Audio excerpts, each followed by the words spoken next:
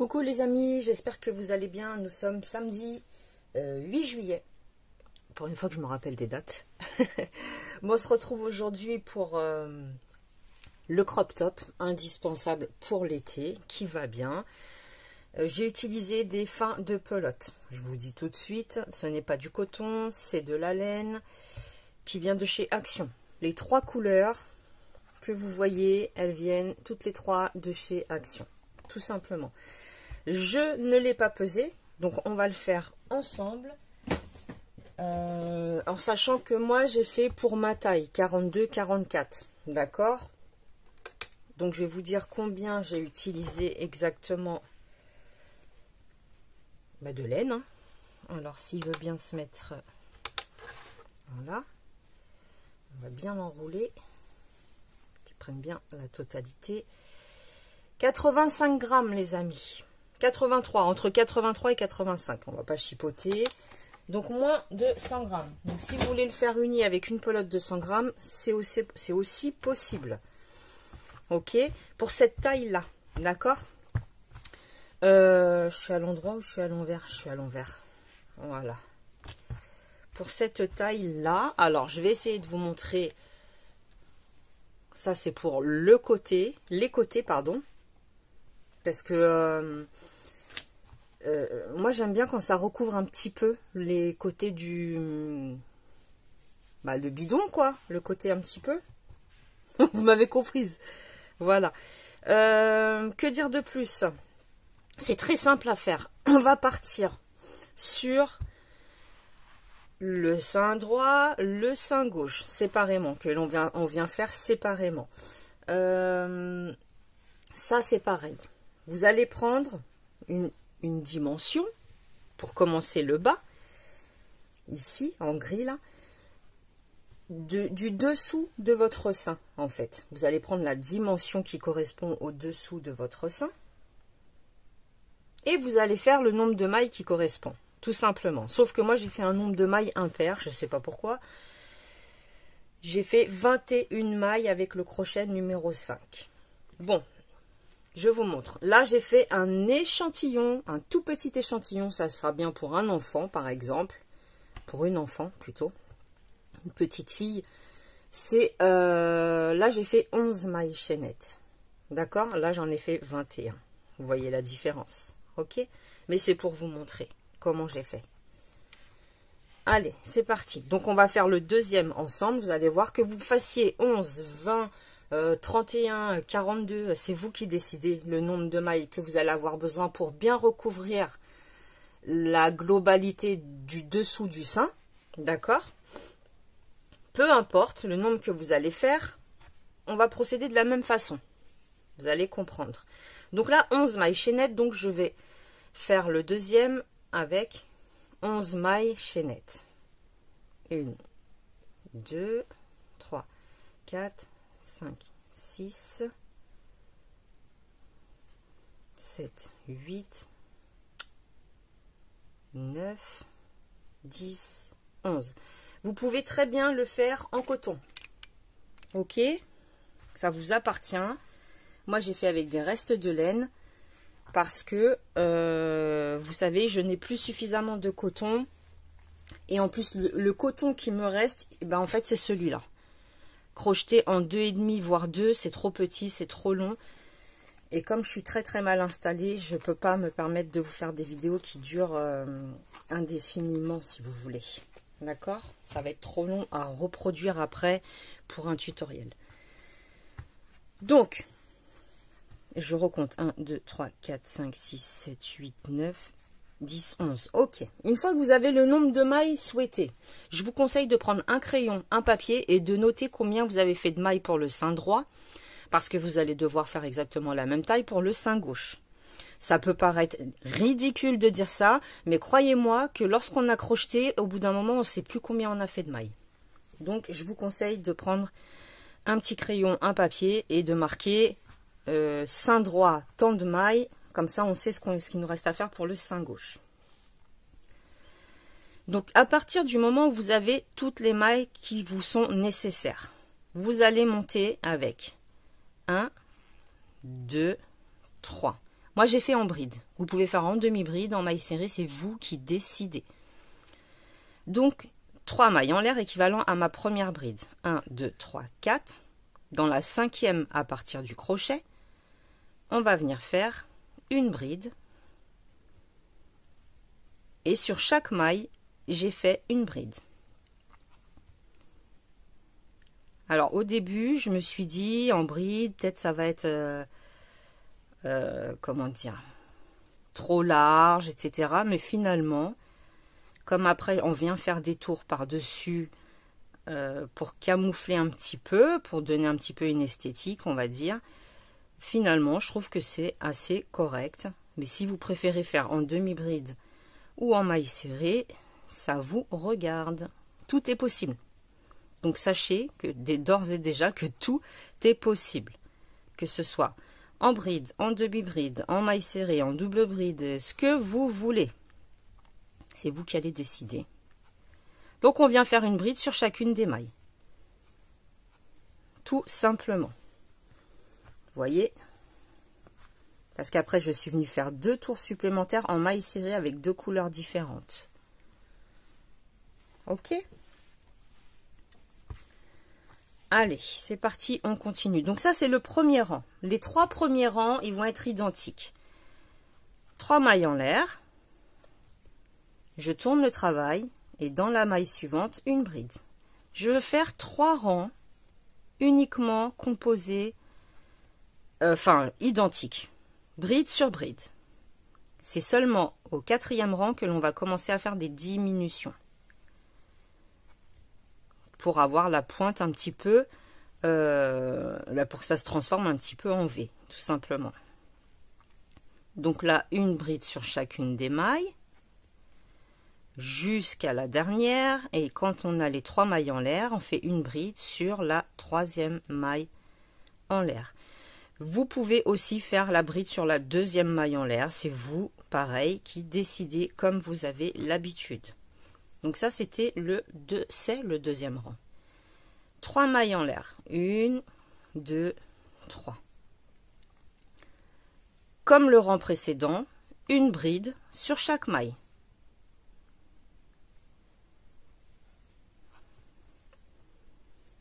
Voilà. J'avance mon 3e rang en faisant tout simplement une bride sur chaque maille. Donc du rang numéro 1 au rang numéro 3 inclus, on va faire bride sur bride, sans se poser de questions. Hop. Et dans la 3e maille en l'air ici, j'entre à l'intérieur, une bride également. Et mince, j'ai réussi à dédoubler mon fil. Alors c'est pas grave, je vais faire la recommencer tout simplement. Hop. Voilà. Nous sommes au 3e rang.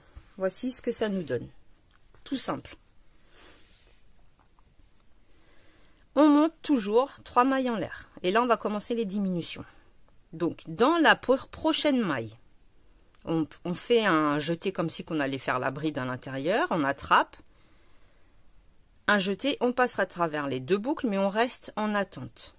Et on va dans celle qui suit, la 3e en fait. Un jeté, on passe à travers les 2 premières boucles en attente. Et là, on ferme tout ensemble. Là, on fait bride sur bride jusqu'aux 3 dernières. Et dès qu'on arrive aux 3 dernières, je vous montre la diminution. Je ne le fais pas en début de rang pour pas que ça me fasse trop de trous en fait. Là, il m'en reste une à faire, simplement. Là, j'ai les 3 dernières. Ça veut dire que j'ai 2 brides plus les 3 mailles en l'air. Donc, quand je suis à ce stade-là, j'entre dans la première. Je prépare ma bride que je laisse en attente. J'entre dans la 2e. Je prépare ma bride que je laisse en attente. Et là, je les ferme les 2 ensemble. Et une bride normale sur la 3e maille en l'air du début. Diminution donc. On continue. 1, 2, 3. On va faire ça à chaque tour. On a fait une, deux, trois mailles en l'air équivalent à la première bride. Dans la maille suivante, j'entre à l'intérieur. Je fais un jeté comme si j'allais faire ma bride, sauf que je la laisse en attente. J'entre dans la maille qui est juste à côté, je fais exactement la même chose et je les ferme toutes les deux ensemble. Ensuite, j'avance normalement jusqu'à ce qu'il me reste 2 brides et les 3 mailles en l'air. Donc on regarde bien. De toute façon, si on se trompe, on peut défaire et recommencer. Il me reste 2 brides et les 3 mailles en l'air. J'entre dans la première des brides, je la laisse en attente. J'entre dans la deuxième, je la termine pas et je les termine toutes les deux ensemble. Et sur la troisième maille en l'air, une bride normalement, que l'on vient faire normalement. Vous voyez, ça commence à se former. 3 mailles en l'air. J'ai fait ça à chaque tour, jusqu'à ce qu'il me reste plus que 3 mailles, vous allez comprendre. 3 mailles en l'air. La maille suivante, je fais une bride en attente. La maille d'à côté, une bride en attente. Et je ferme les deux ensemble. Une bride simple, toute seule. Et la rebelote. Une bride en attente. La deuxième en attente. Je les ferme toutes les deux ensemble. J'oublie pas, sur la troisième maille en l'air, d'entrer à l'intérieur et de faire une bride. D'accord? 3 mailles en l'air. Une bride en attente. Une deuxième bride en attente. Je les ferme ensemble. Là, vous allez me dire, oui, mais il ne me reste qu'une bride et les 3 mailles en l'air. C'est pas grave. On va les terminer ensemble. Ça veut dire, j'entre dans la bride. Je la laisse en attente, je ne la ferme pas. Et j'entre dans la troisième maille en l'air. Comme ceci. Je les mets en attente. J'ai 3 boucles. Je ferme. Comme ceci. Et le dernier tour, parce que là, vous voyez que il me reste 3 mailles. Je fais une maille en l'air. C'est comme ça que j'ai procédé. Et je fais une maille serrée sur chaque bride, ou maille en l'air, des 3 mailles en l'air plutôt. J'ai 3 mailles serrées au total. Ok, regardez, ils sont identiques, c'est les mêmes. Bon, une fois que ça c'est fait, je coupe comme ceci. J'ai mes deux seins. Voilà, j'ai mes 2 seins. D'accord? Donc maintenant, on va partir. On met bien comment dire, les pièces à l'endroit. Ça veut dire que le fil, il faut qu'il soit devant vous sur la gauche. Vous voyez, il faut qu'il parte sur votre gauche. Là, ça veut dire que c'est à l'endroit. Je vais vous montrer comment j'ai fait le tour. Donc, je vais prendre une autre couleur. Action, toujours action. Ça fait un moment que je n'y suis pas allée. Hein. Je viens prendre ma pièce, je la pose de cette façon-là. Je rentre ici, dans la dernière de la chaînette de départ. Je rentre dans la dernière. Je rentre à l'intérieur. Une maille en l'air pour fixer. Je fais une maille serrée. Donc j'entre dedans. Une maille serrée. Ok. J'entre ici dans l'espace. La bride, elle est de profil. Une maille serrée. Ici, dans le petit espace qui se trouve juste ici, une maille serrée. Dans le grand espace, une maille serrée. Dans le petit espace, une maille serrée. Je pense que vous comprenez bien. Dans le grand espace, une maille serrée. Dans le petit qui est juste là, on en profite pour cacher le fil, une maille serrée. Dans le grand, toujours pareil, une maille serrée. Dans le petit, là, il est bien visible, une maille serrée. Dans le grand, je fais que des mailles serrées. Et j'en fais une à chaque fois. Dans le grand espace, une maille serrée. Dans le petit espace, une maille serrée. Dans le grand, une maille serrée. Ici, juste avant d'aller sur la maille serrée en haut, ici dans le petit espace, on ne l'oublie pas, on fait une maille serrée. j'ai fait tomber la pelote, c'est pas grave. J'arrive au sommet. Je rentre dans la première maille serrée qui se trouve ici. Là, je fais 2 mailles serrées pour bien faire le tour. La maille serrée du centre, une maille serrée toute seule. Et celle de l'extrémité à gauche, j'en fais 2 également. D'accord? Je redescends ici dans le petit espace, une maille serrée. Grand espace, une maille serrée. Le petit, j'ai loupé un espace ou quoi? Non, c'est parce que ici, ça se traduit de cette façon-là. Une maille serrée. Le petit qui est là, une maille serrée. Dans le grand, une maille serrée.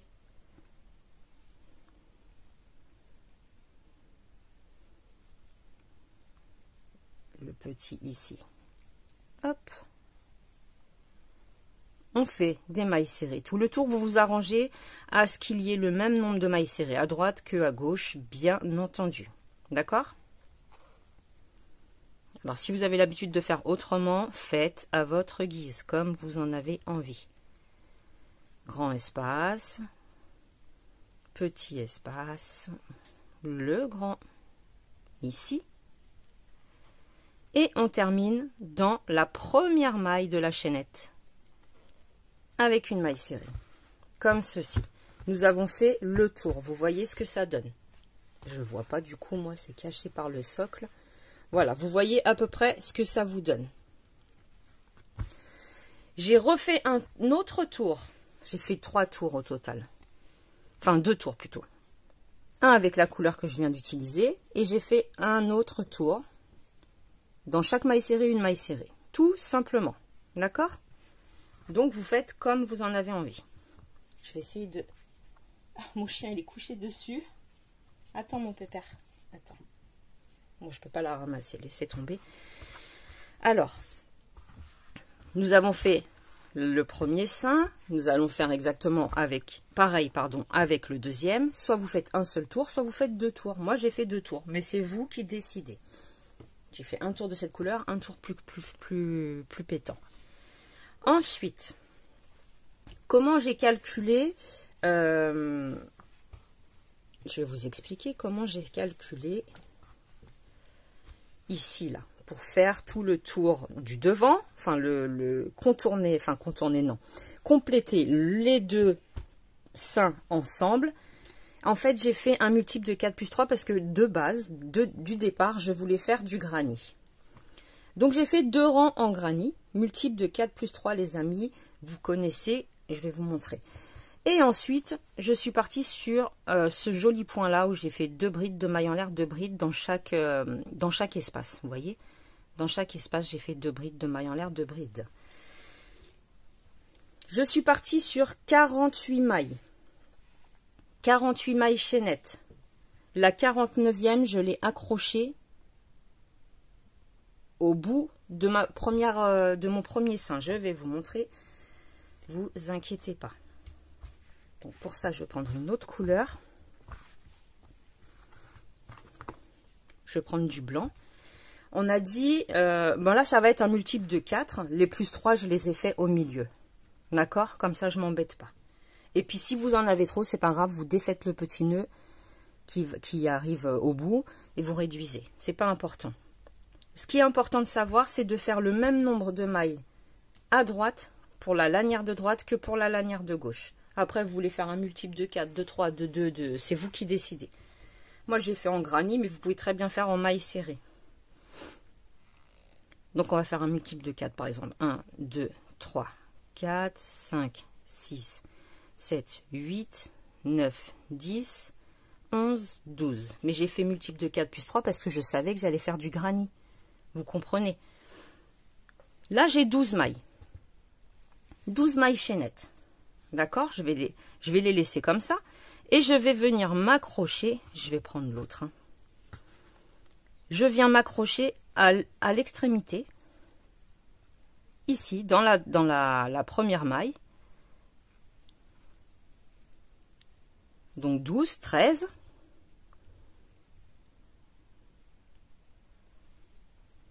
14, 15, vous voyez? 16, 17, 18, je compte à chaque fois pour être sûr de ne pas me tromper dans le multiple, 19, ah là là, 20, 21, 22, 23. Là, ça tombe mal. J'aurais préféré que ça tombe sur 24 parce que ça aurait été un multiple de 4. Vous voyez ce que je veux dire? Donc, c'est pas grave. Je vais tricher. Je refais une deuxième ici. 24. Comme ça, j'ai mon multiple de 4. 24. Je fais 3 mailles parce que ça, c'est le multiple de 4 plus 3. Et je viens m'accrocher ici. Là, bon, là, comme j'ai pas fait la bordure, je vais m'accrocher vraiment tout à fait sur la première pour vous montrer. Donc, 24 plus 3, ça me fait 27. On va rester sur 24, on a déjà les plus 3. Donc, 24, 25, 26, 27. Vous voyez, vous comprenez?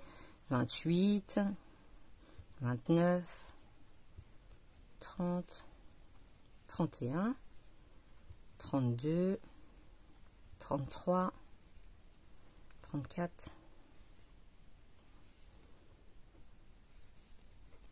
35, voilà, ça va m'embêter, 35, donc on va continuer. Normalement, je dois rajouter 12 pour avoir la même quantité. C'est pas grave, pour le multiple, vous allez vous arranger. J'en fais 12, 1, 2, 3, 4, 5, 6, 7, 8, 9, 10, 11, 12. Parce que je veux exactement la même longueur à droite que à gauche. Pour accrocher au niveau du dos. On s'emmêle les pédales avec ça. Vous voyez, ils sont accrochés tous les deux ensemble. Et ensuite, je suis montée avec 3 mailles en l'air. 1, 2, 3. Dans la cinquième à partir du crochet, 1, 2, 3, 4, 5, j'ai fait une bride. Donc forcément, on se retrouve sur l'envers du travail. La maille suivante, une bride. Une maille de séparation, c'est pour le motif du granit. Je saute une maille, je vais dans la maille suivante, une bride. Je refais un groupe de 3 brides en fait. C'est pour ça que je vous disais 4 plus 3.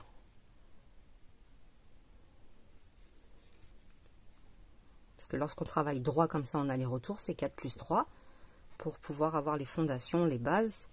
Une maille de séparation. Je saute une maille. Et je viens faire, je continue tout le long, en fait, je fais mes groupes de 3 brides séparés par une maille, je saute une maille à chaque fois. Ça, vous savez le faire, c'est du granit. Vous n'êtes pas obligé de faire en granit, vous pouvez faire, si c'est trop compliqué pour vous, si les détails c'est trop compliqué, vous pouvez très bien faire uniquement des brides. Et après, à la rigueur, créer un point comme moi j'ai pu faire ici. D'accord ? Donc ensuite, une fois que j'ai fait ça sur 2 tours, 2 rangs plutôt, un aller, un retour. Vous voyez, un aller, un retour. Et bien après, je suis venue compléter, j'ai plus de fil, si j'en ai là. Je suis venue compléter, pas au bout, parce que je voulais pas que ça me recouvre tout le dos, je voulais que ça recouvre uniquement les côtés du ventre. Donc on va s'installer par exemple, on imagine, regardez. Je vais vous montrer, vous allez mieux comprendre. Moi, ma lanière, elle est quand même assez grande, assez large, de façon à pouvoir bien l'enrouler derrière le dos. Mais vous voyez, j'ai pas commencé au bout. J'ai fait 1, 2, 3, 4. Dans le quatrième, j'ai laissé tout ça de libre. Dans le quatrième, j'ai commencé à faire mon point avec les brides. Vous pouvez très bien le faire tout le tour. Mais le problème, c'est que vous n'allez plus pouvoir attacher votre lanière dans le dos. Bon, je ne sais pas si vous comprenez bien ce que je suis en train de vous dire. Donc, si vous voulez faire ce même motif-là, vous rentrez dans un des espaces que vous avez créé. Et tout simplement, 1, 2, 3 mailles en l'air, 2 brides, 2 mailles en l'air, 2 brides. Tout simplement. J'ai fait ça sur, je vais compter, je vais vous dire. Voilà, dans chaque espace, je suis venue faire ça. Et après, au tour suivant, dans chaque espace des angles, j'ai refait des ongles.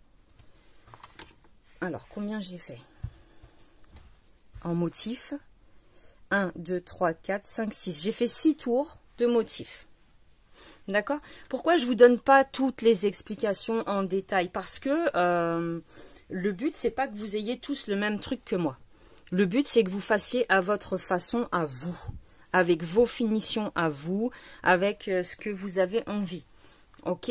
Ensuite, pour la anse, les 2 lanières du cou, hein, je suis rentrée dans les 3 mailles en l'air en haut. Et j'ai fait des mailles serrées. 3 mailles en l'air, mailles serrées, mailles serrées, mailles serrées, mailles serrées, jusqu'à une certaine longueur, de façon à bien pouvoir, vous voyez bien, de façon à bien pouvoir les accrocher les deux ensemble. Ici, pareil, j'ai fait 35 mailles chaînettes pour resserrer le centre. Parce que moi, j'aime pas quand c'est échancré au niveau de la poitrine. Donc, vraiment pour resserrer le centre. Voilà, vous avez les bases. On est parti sur 11 mailles en l'air. On a fait des brides, des brides, des brides sur 3 rangs. 4e rang, on a commencé à faire des diminutions jusqu'à obtenir la taille souhaitée. Ensuite, je suis repassée dans chacune des mailles. Petit espace, une maille serrée. Grand espace, une maille serrée. En haut, la première maille serrée, 2 mailles serrées à l'intérieur. Celle du centre, une toute seule. Celle de l'extérieur, 2 mailles serrées encore. Et après, vous allez faire votre cordon pour lier ensemble les 2 seins, pour qu'ils se rejoignent. Ok les amis, bon, j'espère que ça a été clair pour vous. Pour moi, c'est compliqué de vous expliquer comme ça en détail. Donc, je vous souhaite un bon samedi, un bon week-end, et on se retrouve une prochaine fois pour un prochain tuto. Salut, salut!